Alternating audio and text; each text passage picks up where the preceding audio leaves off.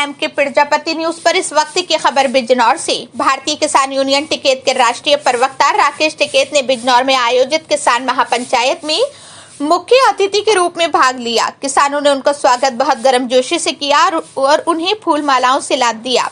टिकैत के आगमन से पूरे क्षेत्र में उत्साह का माहौल बन गया और भारी संख्या में किसान महापंचायत में जुटे। महापंचायत में राकेश टिकैत ने किसानों के मुद्दों पर प्रशासन और स्थानीय सरकार पर तीखे हमले किए। उन्होंने कहा कि बिजनौर के किसान सरकार और पुलिस प्रशासन के अत्याचारों का सामना कर रहे हैं। टिकैत ने प्रशासन पर किसानों को जानबूझकर परेशान करने और उनकी समस्याओं को नजरअंदाज करने का गंभीर आरोप लगाया है। उन्होंने चेतावनी दी कि अगर प्रशासन ने किसानों की मांगों पर ध्यान नहीं दिया तो यह आंदोलन और तेज किया जाएगा। टिकैत ने कहा किसानों के अधिकारों के लिए संघर्ष जारी रहेगा और कोई भी ताकत हमें नहीं रोक सकती। उन्होंने किसानों से एकजुट रहने का आग्रह किया और सरकार की नीतियों को किसानों के खिलाफ बताया। इसके अलावा टिकैत ने किसानों की अन्य समस्याओं जैसे गुलदार के लगातार हो रहे हमलों पर भी अपनी चिंता जताई। बिजनौर के ग्रामीण इलाकों में गुलदार के हमलों से कई किसान और पशुपालक डर के साए में जी रहे हैं। उन्होंने प्रशासन से इस मुद्दे पर तुरंत कार्रवाई करने की मांग की ताकि किसानों की सुरक्षा सुनिश्चित हो सके।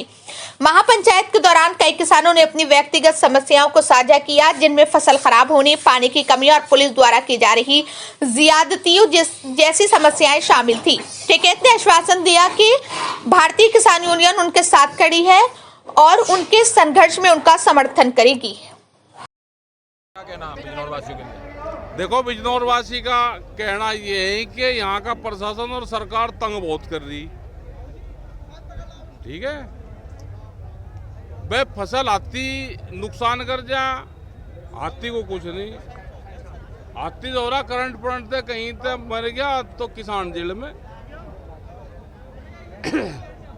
भेड़िया सारों को यहाँ पे जो जंगली जानवर हैं 50 किसान मार दिए, तो क्या उनका दाह संस्कार अब DM और SSP के यहाँ पर करना शुरू कर दे? उस पर कोई एक्शन नहीं। मतलब क्या आदमी की कीमत कम है? गन्ने भुगतान हुए नहीं, गन्ने का रेट नहीं बढ़ा। क्या बिजनौर के किसान या बहराइच के किसान 2 जिलों में ये आतंक है? क्या कहीं बाहर चले जाए अपनी फसल छोड़ के? ये सरकारों की पॉलिसी जो है वो अधिकारी की कलम और उसके चेहरे से दिखाई देती है। जो सरकारों की पॉलिसी है, तो सरकारों की पॉलिसी ठीक नहीं, खास करके दिल्ली की ठीक नहीं। वो लखनऊ को भी कुछ नहीं करने दे रही। अगर लखनऊ कुछ करना चाहे तो दिल्ली बैठा डंडेल जी।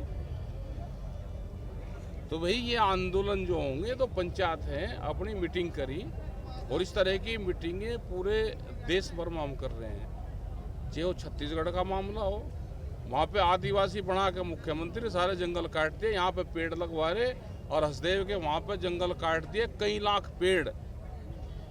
यहाँ पे कह रहे जी पेड़ लगाओ, सारे अधिकारी लगा रखे, सारे लगा रखे, एक पेड़ लगवा हुआ, कह रहे फोटो खिंचवा लो, पर्यावरण को बचाओगे। और जो हमारा 500 साल पुराना, हजारों साल पुराने जंगल है वे सारे काट दिए। तो भाई सरकार बहुत बेटा भाई, ये व्यापारियों की सरकार है, उद्योगपतियों की। सब जमीनों पे विवाद कर रहा, व्यापारी जमीन खरीद रहा, विवाद कर रहा, अधिकारी उनका साथ दे रहा है, क्योंकि दिल्ली बड़ा डंडेलची होगा। दिल्ली वाला दिल्ली कर रही सारा काम, अधिकारी भी उन्हीं की भाषा बोल रहे हैं। संघर्ष कैडा होगा।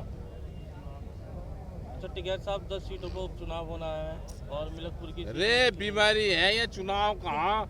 हम तो चुनाव वाले मामले से दूर हैं, हम इसमें फेल है चुनाव वाले में, क्योंकि बीमारी EVM में है। जनता कर लो कुछ ही और जीतते हैं यही, वोट ना कोई देता नहीं, जीतते हैं यही। और चुनाव तो हो रहा है ना, या गन्ना सोसाइटी के उसके जो चुनाव हुए वे आपने देखे नहीं? एक आधी खबर छाप दो जो देखे हो। तो आपका कहना EVM खराब है? और क्या EVM सही है? जहाज में सेल बदले जा, पिछला डाटा खत्म और अगला भर जा, वही हो जा सारा कर्मकांड। ठीक है जी, सारा कर्मकांड वही हो जा।